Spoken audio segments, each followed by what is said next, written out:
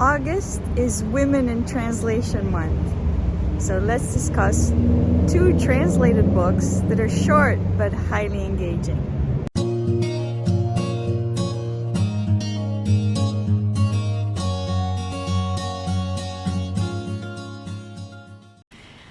Hi everyone, welcome back to my channel. Today we are discussing two books that were written by women and translated into English. It was actually good timing because I had forgotten that Women in Translation Month was the month of August. But as it turns out, I read some translated works by women in June and July, so I'm actually ready to talk about them now. So the first book is The Road to the City by Natalia Ginsburg. I had never heard of this author, but I saw her mentioned on Bookstagram, and people seem to really like her books, so I thought I would give her a try. This is her first book, and it was originally published in Italian in 1942 under the pseudonym Alessandra Torrimparte. I have this edition that almost looks like a children's book, but actually it's not. I just really like the cover. This is the story of Delia, a teenage girl who lives in a house with her parents and her siblings, as well as a distant cousin. There are 5 siblings in total, but the older sister has gotten married and moved to the city. There's a running theme throughout the book of this idea of going to the city. Delia lives in a house located on the outskirts of the city with chickens running around and a more rural feel to it. Her mother is described as someone who doesn't really take care of her appearance, someone who frequently gets angry and has a victimized outlook on life. She is described as someone who tends to complain a lot and doesn't have much agency over her own destiny.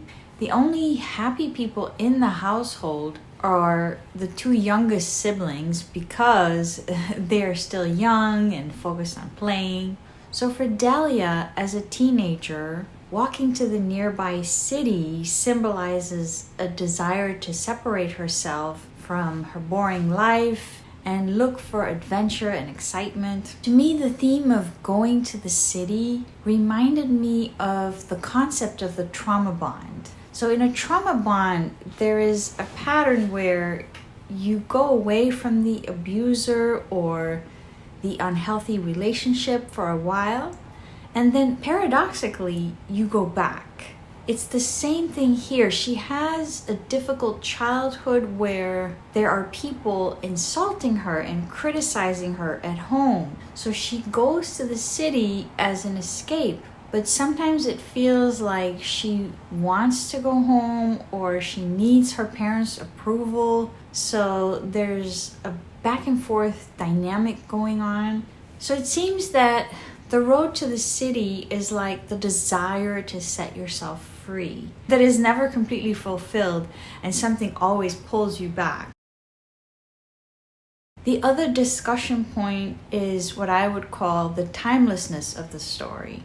There are certain conversations that feel like every generation will struggle with the same issues. For example, when one family member tells her to apologize to her dad for something she did, and your heart aches for her because you know that a forced apology is not spontaneous, and so for her to apologize under pressure is just not healthy. But this type of request is common in some families. Another example is when she feels sad and a family member tells her to stop crying and stop feeling sad. So she realizes that her feelings are not welcome at that moment. I think many of us have experienced this at some point in our lives. And it can sometimes take years before you realize that honoring your feelings is in fact the healthy thing to do. After the story ends, there is an afterword which is just a couple of pages of commentary by the author about the text. I really enjoyed reading the afterword, where she shares her thoughts about how the idea for the story came to her. She explains that she started writing the character of Delia with a certain acquaintance in mind, and then something happened where the character morphed into being herself in a way. Let me read you this quote taken from the afterword. And from then on, whenever I used the first person, I found that I myself, unbid and unwanted, slipped into my writing. This observation leads her to the discovery that writing actually must be rooted in something personal so that it can be more genuine. So I felt like reading about her own opinion of how writing needs to be was like precious advice for any aspiring writers out there. Overall, I highly recommend this book. I feel like it gives the reader good insight into just how complicated a teenage girl's life can be, and the contrast between what she is experiencing versus how others see her was really interesting. I think that as a society, there's huge pressure and stigma on young girls. If they are in a relationship, it's assumed that they're having fun or messing with boys, when in fact the inner experience of the young girl can be a complex mix of anxiety, fear, longing for love, longing for approval, longing for escape. And I believe we have a responsibility to provide safety and encouragement and guidance without the anger and the finger pointing. Let me know what your thoughts are on this subject.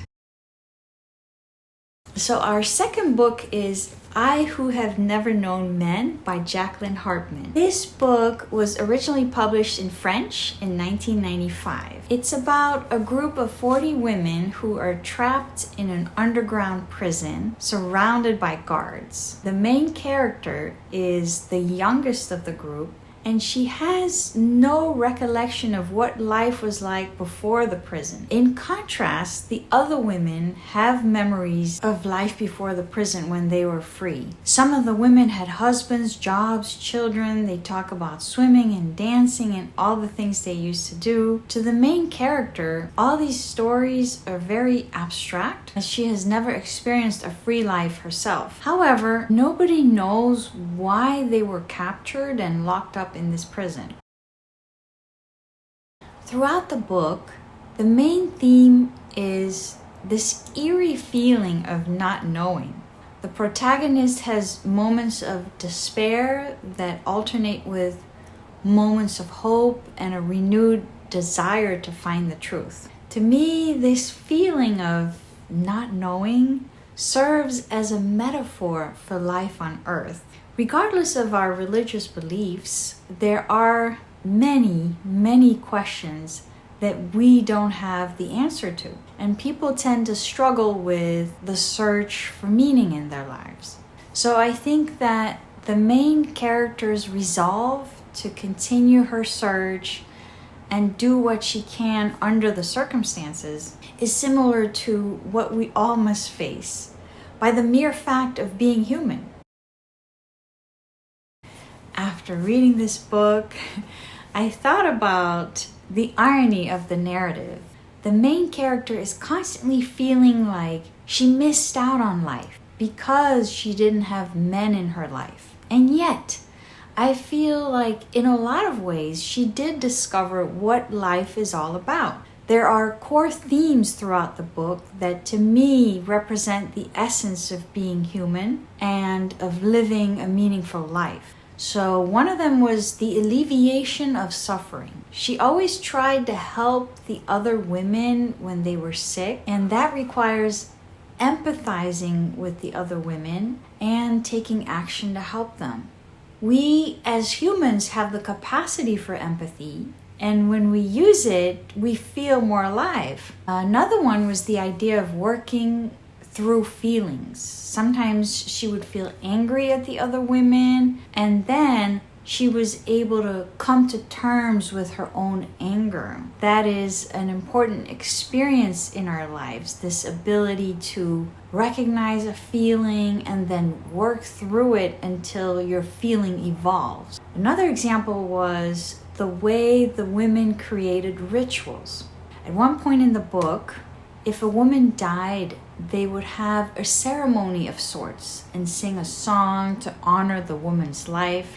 As humans, we operate with symbols. They help us process our reality and heal. So the rituals in the book are an important way in which these women manifest their humanity. So in conclusion, I feel like this book's enigma is deceptive. You finish the book thinking that she didn't find any answers. But in fact, in my opinion anyway, the answers were there all along. It's like the prince at the beginning of Beauty and the Beast. And when he meets an old woman who is asking for shelter, he sends her away. And then she turns out to be the fairy. And he realizes that the old woman was in fact the fairy in disguise, but he didn't realize it until it was too late. So to me, this book is like food for thought. The moral of the story, the way I see it, is there are no obvious answers in life, but as you're looking for answers, what will you be doing along the way that will truly make you human? Let me know your thoughts in the comments. Till next time, happy reading!